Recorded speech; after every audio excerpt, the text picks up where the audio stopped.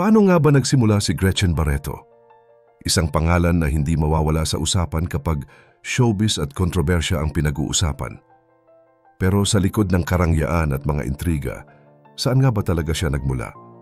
At paano siya naging isa sa mga pinakamayamang personalidad sa industriya? Pero bago po ang lahat, baka pwedeng palike ang video na ito dahil napakalaking bagay na ito sa aming content creators. Maraming salamat po. Ipinanganak si Gretchen Castelo Barreto noong Marso 6, 1970 sa Maynila. Isa siya sa 7 anak nina Inday Castelo, isang matapang na Ilongga, at Miguel Barreto, isang tahimik na lalaki mula Zambales. Bata pa lang si Gretchen, mahilig na siyang makinig sa musika at manood ng mga teleserye. Dito raw nagsimula ang hilig niya sa pag-arte. Sa edad na 12, naging modelo siya para sa clothing brand na Made in Heaven ng Cinderella. Dito siya napansin ni Mother Lily, isang kilalang talent scout, na siyang nagbukas ng pinto para sa pagpasok niya sa showbiz. Taong 1984 nang ipasok siya sa Regal Films bilang isa sa mga Regal Babies. Una siyang lumabas sa pelikulang 14 Going Steady kasama sina Janice de Belen at Nadia Montenegro. Maliban sa pag-arte, siya rin ang kumanta ng theme song na Going Steady. Ayon sa mga chismis, nagkaroon raw ng pagtatalo kung sino ang dapat umawit ng kanta, pero sa huli, si Gretchen ang pinili. Matapos nito, sunod-sunod na ang naging proyekto niya mula sa Miguelito, Batang Rebelde, Mga Kwento ni Lola Basyang, hanggang sa I Love You Mama, I Love You Papa. Mula 1984 hanggang 1987, halos 3 hanggang 4 na pelikula ang ginagawa niya kada taon. Dahil dito, hindi na niya naipagpatuloy ang kanyang pag-aaral at mas piniling ituon na lang ang oras niya sa karera. Noong 1989, unti-unting nagbago ang kanyang imahe. Mula sa sweet teen roles, naging sexy star siya at lumabas sa mga softcore films tulad ng Tukso Layuan Mo Ako at Paminsan-Minsan. Sa kabila nito, nanatili pa rin siyang visible sa TV at mga endorsement. Pagsapit ng 1994, sinubukan niyang mag-shift patungo sa mas wholesome na imahe. Pumasok siya sa hosting at nakasama si Boy Abunda sa isang late-night talk show. Pero hindi nagtagal ang pagbabalik niyang ito. Usap-usapan noon na buntis siya pero nanahimik siya sa issue. Kalaunan, mas lumaki ang kontrobersya nang maiugnay ang pangalan niya sa tinatawag na Brunei Beauty Scandal. Ayon sa mga ulat, kabilang si Gretchen sa mga Pilipinang inirecruit para sa Brunei upang magsilbing entertainer. Kasama sa listahan ng ilang actress at beauty queens at sinasabing binabayaran sila ng hanggang 250,000 kada linggo. Ayon sa mga balita, pinapatira rin sila sa mamahaling hotel at bahay. Umabot ang issue sa Senado, ngunit walang malinaw na naging resulta. Dahil dito, marami pa ring nagtataka kung saan nga ba talaga galing ang kayamanan ni Gretchen. Kasunod ng kanyang sunod-sunod na pelikula at mga kontrobersya, naging laman naman ng mga tabloid si Gretchen. Hindi lang dahil sa kanyang showbiz projects, kundi pati na rin sa kanyang mga naging relasyon. Unahin natin si Joey Loizaga, isang kilalang basketball player noong dekada 80 at anak ng basketball legend na si Kaloy Loizaga. Nakilala niya si Gretchen matapos maging muse ito sa team ni Joey. Sa kabila ng mainit na kasikatan ni Gretchen bilang ST actress noon, suportado naman siya ni Joey. Sa katunayan, nagsama pa sila sa iisang bahay sa Blue Ridge, Quezon City. Pero hindi rin nagtagal ang kanilang relasyon. Nabalitaang na-ospital si Gretchen at ayon sa kanya, labis siyang nasaktan nang maghiwalay sila ni Joey dahil sa matinding selos nito lalo na kay Aga Muhlach, ang kanyang leading man sa Miguelito, Batang Rebelde. Si Aga naman ang pangalawa sa listahan. Nagsama sila sa nasabing pelikula noong 1985. Bagamat may anak noon si Aga kay Janice de Belen, nadawit ang pangalan niya sa hiwalayan ni na Joey at Gretchen matapos mapansin na madalas silang magkasama. Isang beses pa nga, nakita silang magkasama sa kotse papunta sa interview ni Inday Badide. Sa harap ng kamera, sinabi nilang magkaibigan lamang sila. Pagdating ng 1992, na-link naman si Gretchen kay Richard Gomez matapos nilang magsama sa pelikulang Lumayo Ka Man Sa Akin. Madalas din daw siyang makita sa set ng sitcom na Palibhasa Lalaki kung saan bahagi si Richard. Pero agad itong pinabulaanan ni Richard dahil may nobya na siya noon. Sa parehong taon, naging mas matindi ang bulungan ng magkaroon ng relasyon sina Gretchen at Bong Revilla habang ginagawa nila ang pelikulang Ako ang Katarungan.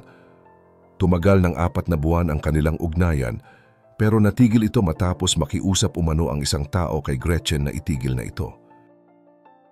Si Bong ay may asawa ng si Lani Mercado at may 3 anak. Ilang taon matapos nito, humingi ng tawad si Gretchen kay Lani at inamin ang kanyang pagkakamali. Noong 2005, muntik na silang magsama ulit sa pelikulang Kapag Tumibok ang Puso, Not Once But Twice, pero umatras si Gretchen matapos mag-text brigade si Lani. Lalong lumala ang isyu ng magbigay ng pahayag si Lani na tila may patama ayon kay Gretchen. Naging usap-usapan ang sagutan nila sa media. Pero sa kabila ng lahat ng ito, isang lalaking tila nagbago ng lahat sa buhay ni Gretchen, si Antonio Tony Boy Cojuangco. Galing siya sa isang makapangyarihan at mayamang pamilya. Ayon sa mga ulat, konektado raw ang angkan niya sa kayamanang iniwan ni Antonio Luna. Noong 1993 sa isang birthday party, formal silang ipinakilala. Bagamat may asawa noon si Tony Boy, unti-unti siyang nanligaw kay Gretchen. Sa simula, hindi ito interesado. Malaki kasi ang agwat ng edad nila, 19 na taon. Pero kalaunan na-appreciate niya ang pagmamahal at suporta ng lalaki. Taong 1994, napansin ng marami ang pagbabago kay Gretchen habang nagho-host sa isang show. Halata na raw ang kanyang pagbubuntis pero hindi siya nagsalita tungkol dito. Sa isang press con para sa pelikula nilang Ikaw Lamang, Wala Nang Iba, umiyak siya at sinabing huling pelikula na niya iyon.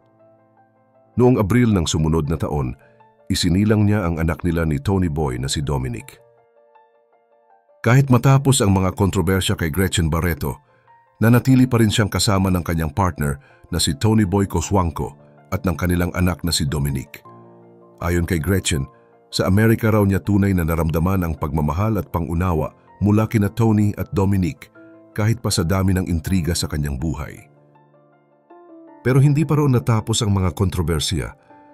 Matapos ang issue sa halik scandal nila ni John Estrada, lumabas rin na may bago raw siyang karelasyon, si Rodolfo Dodi Puno, isang opisyal ng DPWH. Ilang ulit silang namataang magka-date sa publiko at minsan pa raw ay naghalikan. Umabot pa sa puntong inalok siya ni Dodi ng kasal, isang bagay na hindi niya nakuha kay Tony dahil hindi pa annulled ang kasal nito sa asawa niyang si Denise Yabut. Ngunit ayon sa mga kaibigan ni Dodi, hindi daw bago ang ganitong galawan dahil dati na raw niyang pinangakuan ng kasal sina Vicky Garcia at Alma Concepcion. Sa kabila nito, sinabi ng malapit kay Dodi na si Gretchen daw ay iba, isang babaeng gugustuhin mong makasama habang buhay. Kumalat rin ang balita na nagbigay raw ng ultimatum si Tony kay Gretchen. Maaari siyang umalis kung gusto niya, ngunit ang anak nilang si Dominic ay mananatili pa rin sa poder ni Tony. Sa halip na makipagbangayan, ang tugon ni Tony ay maghintay na lang hanggang matauhan si Gretchen. Sa sumunod na taon, mas naging mainit pa ang usap-usapan nang makuha ng larawan sina Gretchen at Atong Ang na magka-holding hands habang natutulog sa eroplano. Mas lumala pa ang tensyon sa pamilya Barreto nang magkaroon ng pisikalan sa lamay ng kanilang ama noong 2019. Dumating si Pangulong Duterte upang makiramay at sinubukang pag-ayusin sina Gretchen at kapatid niyang si Marjorie, ngunit tumanggi sila sa huli. Ilang sandali pa, nagkaroon ng gulo sa pagitan nina Gretchen, Marjorie at pamangkin nilang si Nicole. Ayon sa balita, sinubukan daw sampalin ni Nicole si Gretchen kaya sinabunutan siya nito. Sinabi naman ni Nicole na inatake ni Gretchen ang kanyang ina kaya binuhat niya ito palayo. Pero habang palayo siya, sinabunutan daw siya ni Gretchen at pinagsalitaan ng masasakit na salita. Ayon naman kay Marjorie, inagaw daw ni Gretchen ang nobyo ni Nicole na si Atong Ang. Pero sagot ni Gretchen, si Nicole daw ang umagaw kay Atong mula sa kanilang pinsan na si Claudine. Nang tanungin si Atong ukol dito, sinabi niyang wala namang agawan na nangyari at hindi siya naging nobyo ni Nicole o ni Claudine. Inamin niyang business partner niya si Gretchen sa sabong at kasino at maging si Tony Boy ay kasosyo rin niya. Ayon sa kanya, parang kapatid na raw ang turing niya kay Gretchen. Sa litratong kumalat, sinabi niyang inaantok siya kaya hinawakan lang niya ang kamay ni Gretchen habang ito ay nagkukwento. Ngunit muling gumulat ang publiko noong Pebrero 2008 nang mabalitang nakita raw si Gretchen na kahalikan si Ricky Yabut, kapatid ng asawa ni Tony Boy. Nangyari ito sa isang restaurant sa Makati. Sa gabing iyon, nakainom daw si Gretchen at bigla raw lumapit kay Ricky at nagpakita ng lambing bago siya nito hinalikan. Sa kabila ng lahat ng ito, sa huling bahagi ng taong 2024, iniulat na isa ng bilyonaryo si Gretchen Barreto. Ayon sa ulat, umabot na sa 2.6 bilyon ang kanyang net worth at siya na raw ang pinakamayamang celebrity sa Pilipinas. May 5 mansyon siya sa mga eksklusibong subdivision, koleksyon ng mamahaling alahas at designer bags, at milyon-milyon na ang kinita niya sa online sabong kasama ang business partner niyang si Atong Ang. Sa kabila ng lahat ng kontrobersya, hindi maikakailang isa si Gretchen Barreto sa pinakamatatag at pinakamayayamang personalidad sa showbiz. Mula sa ST Films hanggang sa pagiging businesswoman, ipinakita niyang kaya niyang bumangon at umangat. Pero sa lahat ng pinagdaanan niya, karapat-dapat nga ba siyang hangaan o isa lang ba siyang produkto ng chismis at intriga? Kayo, anong opinyon niyo sa makulay niyang buhay? I-comment niyo lang sa baba ang opinyon niyo at huwag kalimutang mag-like at subscribe para sa mas marami pang updates gaya nito.